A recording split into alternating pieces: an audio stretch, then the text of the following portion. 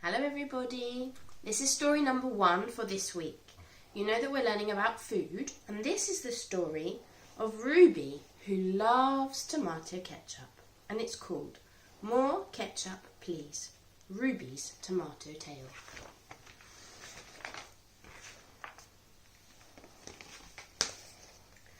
When Ruby was a baby, Dad made a big mistake. He fed her the wrong bottle when he wasn't quite awake. From that day on, it all went wrong, and nothing passed her lip without a generous topping of Ruby's favourite dip. She splodged ketchup on her baby food, and ketchup on her toast, ketchup on her buttered bread, and on her porridge oats. Yuck. But when the bottle emptied and no more could be squeezed, Ruby screamed and yelled out, "I want more ketchup, please." Uh-oh. As Ruby started growing up, one bottle didn't last. Our little local corner shop was running out too fast. Dad went to supermarkets and he emptied all their shelves, and the staff were filling trolleys like busy little elves.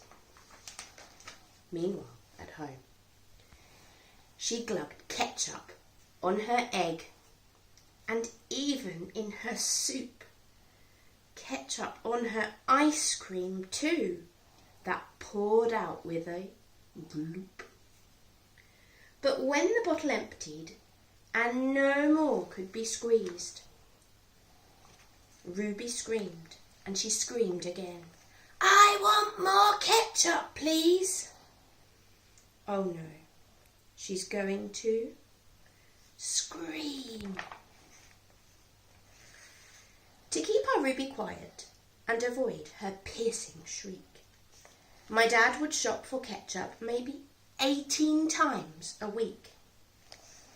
Monday, Tuesday, Wednesday, Thursday, Friday. I suggested to my mum, let's make ketchup of our own. So we turned our back garden into a tomato growing zone. While they grew, she covered pizza and potatoes. She liked it more than mustard. And tomato sauce on all desserts, which dripped into the custard. Yuck. But when the bottle emptied and no more could be squeezed, Ruby screamed with bright red cheeks, "I want more ketchup, please." Dad sprayed tomatoes day and night to make them grow more quickly, while Ruby kept on eating sauce. It didn't make her sickly. Next morning, the neighbours weren't too happy when instead of filling trolleys, we blocked our street with rows and rows of giant delivery lorries.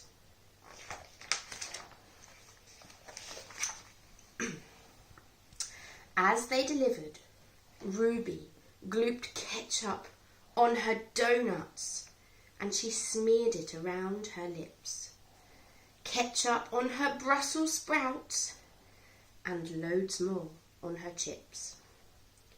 But when the bottle emptied and no more could be squeezed, Ruby screamed, "There's no more sauce! I want more ketchup, please." Oh dear.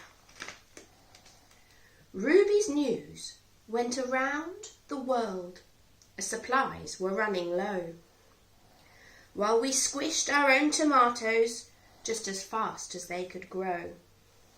Mum called on all the countries, from Japan to the United States, Send every ketchup bottle that you have in wooden crates.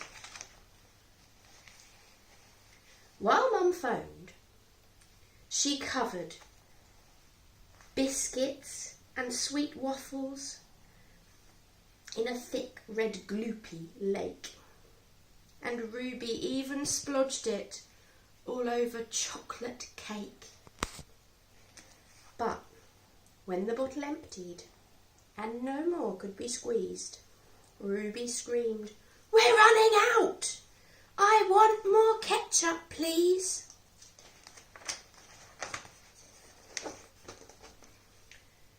As helicopters flew over to drop off their supply, the Army and the Navy were all waiting on standby.